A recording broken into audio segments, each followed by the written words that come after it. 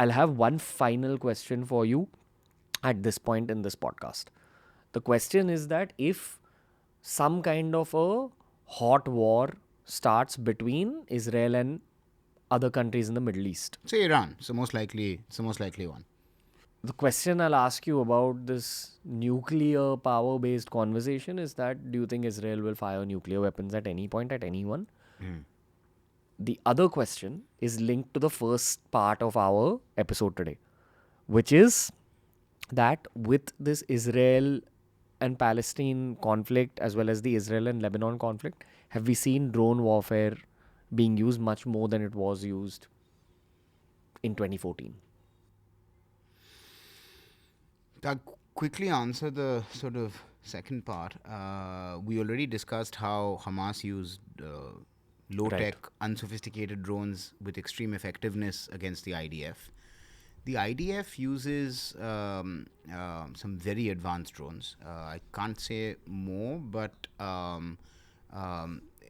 including when they need to operate in those confined spaces in Hamas tunnels or tunnels that Hezbollah has dug.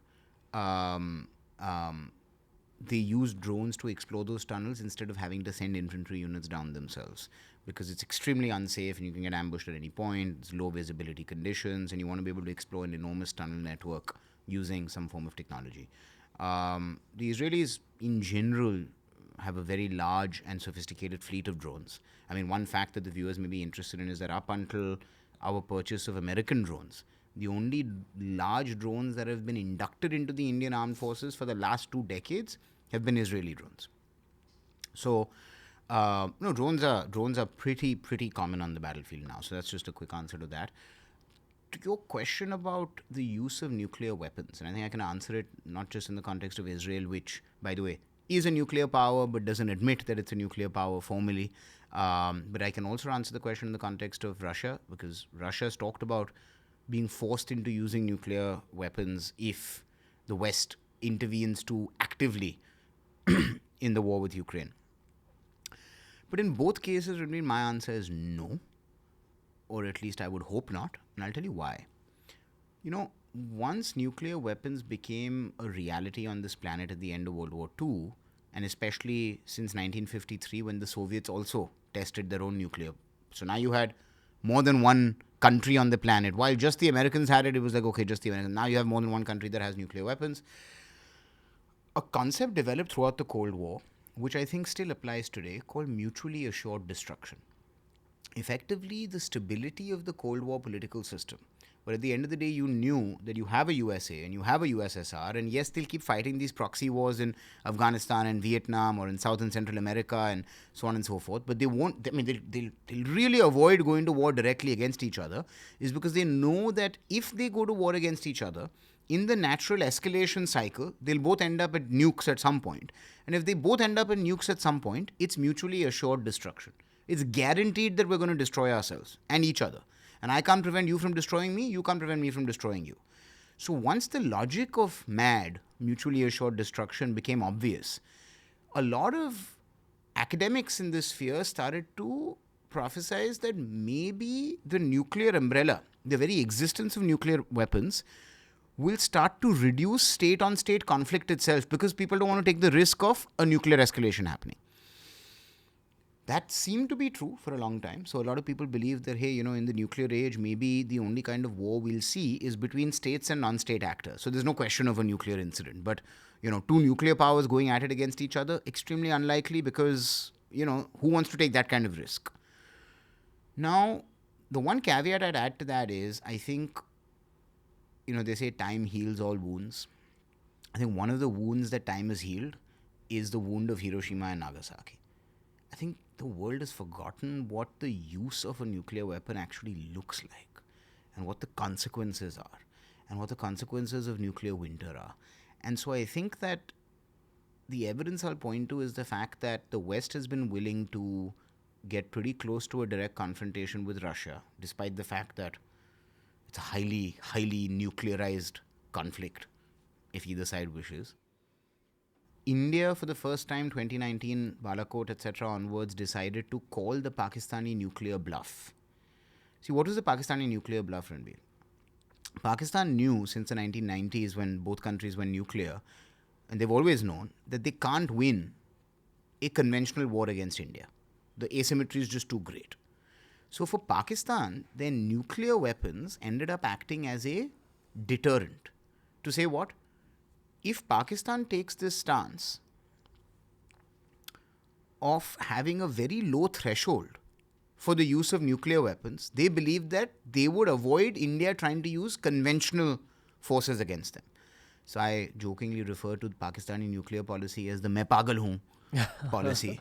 They legitimately like to, I think, convey to the world that our willingness to use nuclear weapons is very high and our threshold trigger for its time to use a nuke is very low. Trying to signal to the Indians, don't even send an infantry division across the border because we'll go nuclear. Main pagal hoon. India called that bluff by saying, I don't think you're as pagal as you're claiming to be, boss. I don't think if I strike terrorist camps across the border, you're going to respond with a nuke, even though you claim to. So we called their bluff and we said, look, boss, you're no longer going to use nuclear cover to then do sub-conventional death by 1,000 cuts, militancy, terrorism, bomb blast, 2611 against India, because we will respond militarily and we're going to assume you're not going to use nukes. That's what changed the equation significantly. To answer your question also about how does this feel a little bit safer, it's just Pakistani intent has dropped. They're like, India's going to respond, and even the Pakistani generals don't actually want to get into a nuclear escalation ladder, right? So similarly with Israel, Ranveer, I think the only time at which Israel will use its nukes, or the only time Russia will use its nukes, so the only time I think any country is going to think about using its nukes, is when it believes that it's facing an existential threat, whether conventional or nuclear. So nuclear war is one of those unimaginable horrors, Ranveer, that we should all just be hoping and praying never occurs. I mean, if the history of this planet over the next 1,000 years, 10,000 years is written as these were weapons that were always in existence and never ended up being used, that's the single best outcome for everyone. And it's unpredictable whether that'll be true or not. Entirely unpredictable, right? And for a number of different reasons, right? So, for example, I give you the example of a collapse in the Pakistani state. Does that lead to a nuke ending up in the hands of a rogue actor? Totally unpredictable what the rogue actor then does. Or, during collapse, the Americans could fly in special forces and secure perfectly 100% of the Pakistani nuclear arsenal because the Pakistanis have collapsed. We don't know what's going to happen, which direction that goes in.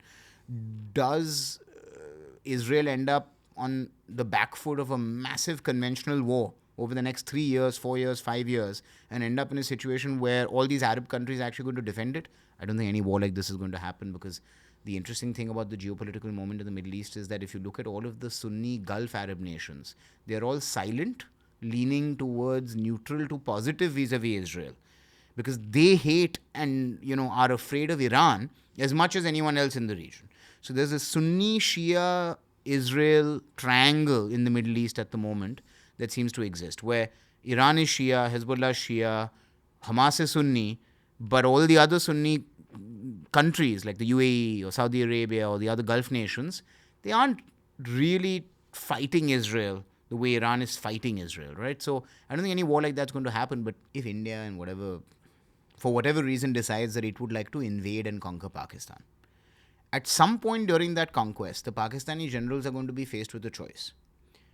Do we accept now becoming conquered by India? Or do we say, let's use our nuclear weapons? They understand if they use their nuclear weapons, India's response is also going to be nuclear and you're just destroying the country. But that's the choice that you get left with, right? So the nuclear weapon in many ways, Ranveer, is like, it's the equivalent of carrying a grenade around with you. If anything happens, no, I'll kill you, I'll kill myself, I'll kill everyone. You're kind of bringing the end of civilization that much closer if you choose to use a nuke.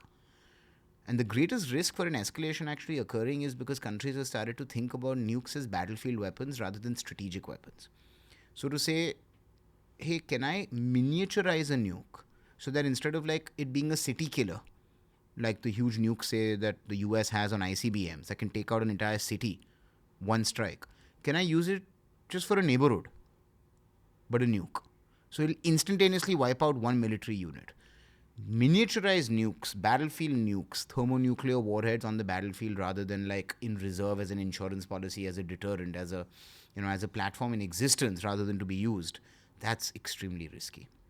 The Pakistanis have developed them, the Americans have developed them, we don't. The Russians have developed them. It's a very, very risky idea to use nukes on the battlefield, but it is something that countries are thinking about. Where their threshold to say going nuclear is like some whole new game is being changed to saying, no, going nuclear is just one more instrument among other instruments that I'm going to use on the battlefield. Hey, if you enjoyed today's clip, make sure you check out all the other clips we've uploaded on this channel. You'll find a clip related to almost every single topic as long as you're willing to search for it.